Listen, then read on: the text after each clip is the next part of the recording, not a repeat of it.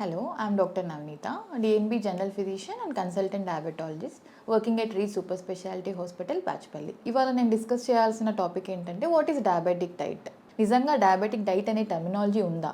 No, there is no term called diabetic diet.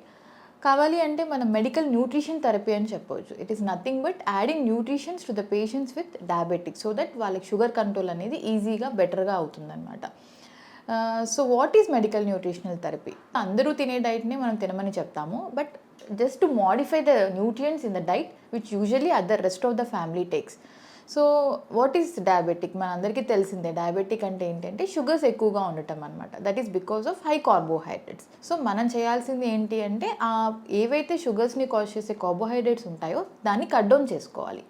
ఇండియాలో 75% of our diet is from carbohydrates. Usually we take in the morning, afternoon and night. Thrice a meals carbohydrates ఉండటం వల్ల sugars అనేవి ఎక్కువగా అవుతాయి. Not only in the patients with diabetic, even non diabetic పేషెంట్స్లో కూడా ఎక్కువగా carbohydrates తీసుకోవడం వల్ల వాళ్ళు డయాబెటిక్గా అయ్యే ఛాన్సెస్ ఎక్కువగా ఉంటాయి. So ideally what we need to do is to cut down the carbohydrates morning, afternoon and night. So 75% of the కార్బోహైడ్రేట్స్ని కట్ డౌన్ చేసి 45 to 50% తీసుకునేలాగా ట్రై చేయాలి. యూజువల్లీ మనం తీసుకునే 6 to 7% of the diet protein మాత్రమే ఉంటుంది. దాన్ని 25% ఆఫ్ ద డైట్లో ప్రోటీన్స్ని ఇంక్లూడ్ చేసుకోవాలి.